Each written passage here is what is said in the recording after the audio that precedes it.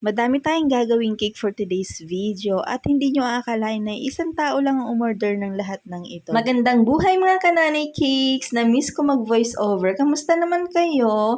At eto na nga ang unang order sa atin ng ating suking kaibigan. O diba sana all supportive ang mga kaibigan. Kahit sandali nga lang yung pinagsamahan namin nito ni ma'am at tapos bihira din kami magkita at talagang hindi talaga nagkikita mga kananay cakes ha. Pero grabe ang suporta niya sa akin simula nag-umpisa ang EDH hanggang ngayon, naka-full support talaga siya. O 'di ba sana all ganyan ng mga kaibigan sumusuporta sa iyong negosyo.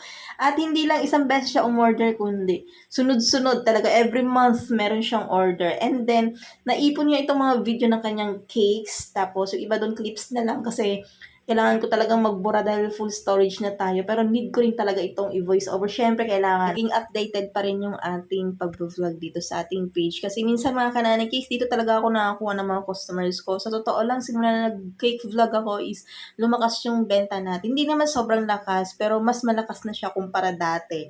Kaya thankful din talaga ako kasi tinatangkilik nila yung ating vlog kahit papano, 'di ba? And sa mga sumusuporta din dyan, thank you so much po sa inyo. Tapos alam niyo mga kananay cakes, na-discover ko nga itong stick na gawing cake post. Kasi yung mga nabibili kong cake post, alam niyo yun, sobrang lambot. Medyo na-stress ako sa kanya kapag i-deliver na yung cake. Kasi kapag mahawakan lang ng konti yung or masanggi lang ng konti yung cake post is lumulundo agad siya. Nakakatakot kasi mamaya masagi yung cake, 'di ba? Sayang naman. Tapos ito naman yung isang order ni ma'am. Ayan, yung kaninang nililiha ko na styro, ito po yung binalutan ko na ng fondant. Di ko na napakita sa inyo mga kananay cakes. Tapos ayan, para ma-smooth siya, ayan, gumamit ako ng fondant. Kiss-kiss fondant tayo mga kananay cakes. Nakita ko lang din to sa isa nating co-baker. Si Clean Sweet ata yun. Basta doon ko sa kanya nakita yan. And ayan, maganda naman siya pang smoother din sa ating gawing smoother. Ayan, nakita nyo, di ba, kumikinis.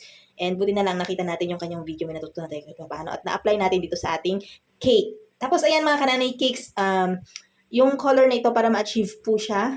Nagpatak lang po ako dyan ng konting blue and isang drop lang din ng brown para ma-achieve yung ganyang pagka light brown. O, diba? Ang ganda.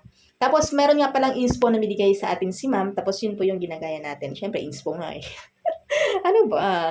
Tapos ayan mga kananay cake, syempre gusto natin sharp edge. O, di ba? Lagi na pagkakamalang fondant ang ating cake dahil sharp edges daw palagi. Sabi ko, ay soft icing lang yan at whip it ang gamit nating frosting. O, di ba? Whip it lang sa kalam. Bakersfield, baking naman. Charot. Alam nyo, sa totoo lang mga kananay cakes, quality talaga itong mga product ni Bakersfield. Di ba halata? Flavorings pa lang. O, di ba? Nasa likod, yan, Kita-kita nyo, background natin, puro flavoring. Di naman sa pinapromote natin si Bakersfield product, no? Pero baka naman, may sponsoran niya tayo, di ba? Kahit monthly lang. Yeah! At ayan nga mga kananay cakes, ang ganda din niya under fondant at hindi talaga dumudulas. Basta maganda lang yung pagka-prepare mo doon sa ating Whip It Classic. And ayan na pala yung ating cake at ang kanyang final look. Diba? Ang linis ng pagkakagawa. Happy birthday, Cloud Jaden Gray. Ang haba ng name. Nabilang niyo ba kung ilan ang ating cakes for today's video mga kananay cakes? Sa unang makapag-comment kung ilan ang cake natin for today's video, may 50 pesos GCash.